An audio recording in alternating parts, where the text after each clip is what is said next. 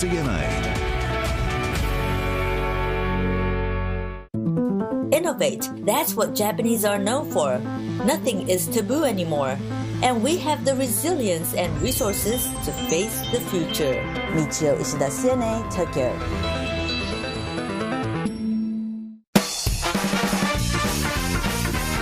奈々ちゃんは山梨名物のほうとう、食べたいもの触れていません。俺全部いつも置くかな。こうやってなるんだ。いい話。はいはい。 Japan Hour, Saturday on CNA. Japan Hour is brought to you by Sumitomo Corporation and SMBC.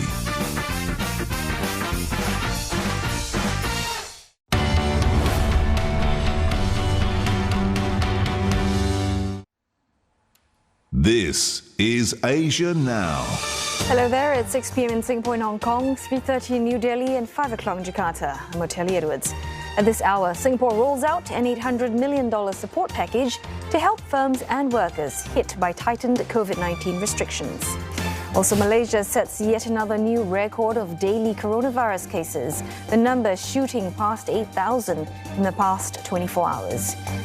And Japan set to extend its state of COVID-19 emergency for Tokyo and 8 other prefectures, less than 2 months to the Olympic Games.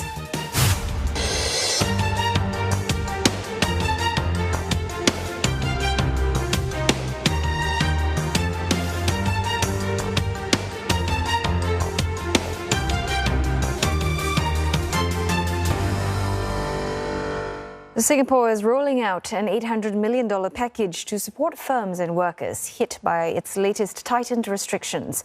For a month since mid-May, dine-ins are not allowed, and some businesses have also been forced to shut. And this includes indoor gyms and fitness studios. To help them, wage support of 50% will be given until mid-June under the Job Support Scheme. For firms not required to close but are significantly affected, such as cinemas, they will get 30% wage support. Meantime, rental relief of between half and 1 month will be given to tenants in properties. And to help affected workers, those with lower to middle income and self-employed will get a one-off payout between $500 and $700 under a new grant. At the same time, the Education Ministry will extend the grace period to pay tuition fee and study loans by another 4 months. Unlike previous support packages, the government isn't drawing down on the country's reserves this time. Because most parts of the economy are still operating, businesses and individuals have learned to adapt, and we now also have more government support schemes like the Jobs Growth Incentive and the SG United Jobs and Skills package, which are continuing to support new jobs and opportunities for Singaporeans. So our circumstances today are very different compared to last year. And under such a circumstance, I don't think we should be going to the President to seek permission to draw on our past reserves. Mr. Wong also adds that there are no plans for now to further tighten restrictions, as current measures seem to be working. Well, he says more details on the situation will be out on Monday, when the COVID-19 task force will hold a media conference. Still, he's urging the public to remain vigilant and continue to cut down on moving about. The preliminary assessment is that measures are working. We are not making any further tightening moves at this stage. But we cannot be complacent at the same time. All right? We still have to be vigilant, do everything we can for everyone in Singapore to do our part, scale back activities, minimize movement, be alert and vigilant whenever we go out, take all the necessary precautions, and I think if we all do that, we can continue to make progress in controlling the infection. Well, Singapore, meantime, has reported 15 new COVID-19 cases in the community. 4 of them are unlinked. Of the 11 linked cases, 8 have already been quarantined. There are also 15 imported cases, and of these, 8 are returning Singaporeans or permanent residents. All were placed on stay-home notice upon arrival. The 30 new cases takes the national tally to 61,970. Malaysia has reported an all-time high of 8,290 new COVID-19 cases. A fourth straight day this record has been broken. It is the first time the country has registered more than 8,000 new infections, taking the country's total to close to 550,000. It comes in the midst of its third movement control order, which ends on June 7th. While the country will celebrate its king's birthday that day, the royal palace says that all celebrations will be postponed for a second straight year. The comptroller of the royal households said the decision was made taking into consideration public safety and health, but it said that the day would remain a public holiday. But Malaysia also set a new record for vaccinations, with the Committee on Vaccine Supply saying that more than 100,000 jabs were administered on Wednesday. That takes a total tally to more than 2.7 million doses. Elsewhere, Japan is to extend its COVID-19 state of emergency for Tokyo and 8 other prefectures. An advisory panel to the government has already approved the plan. Prime Minister Yoshihide Suga is expected to announce the decision in the coming hours. The current state of emergency is set to end on Monday, but will likely be extended till 20th of June, and that's the same day that Okinawa's declaration is due to expire. The Olympic Games will begin a month later, from the 23rd of July.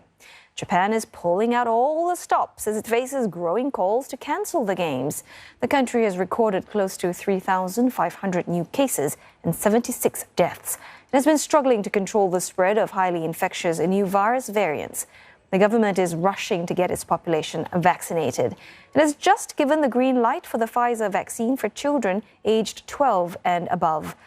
Now, as the state of emergency gets extended, the Bank of Japan is also mulling to extend relief measures to help companies cushion the economic blow. Philippine athletes bound for the Tokyo Olympics have received their COVID-19 vaccinations.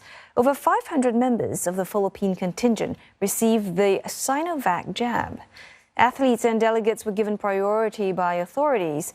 Some athletes say they are now at ease after receiving their jab. They say they can train with confidence, knowing they have some degree of protection.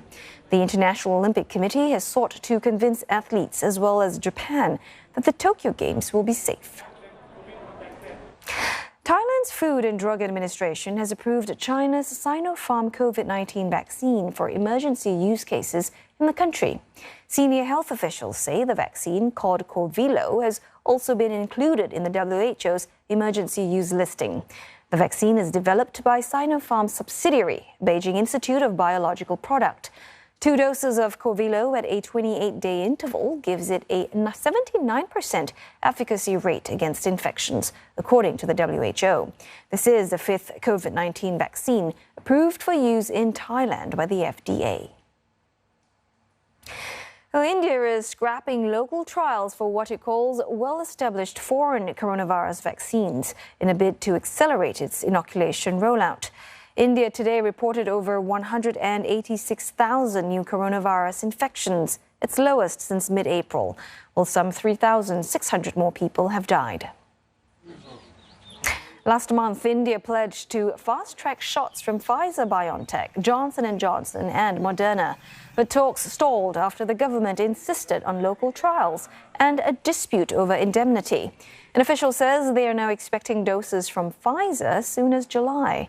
But the official says the government is still examining the request of pharmaceutical companies to grant them legal protection.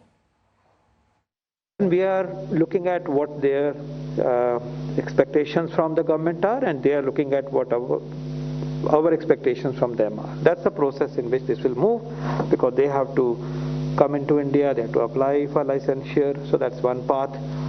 And there are imperatives of cold chain and supply, etc., so that's being looked at.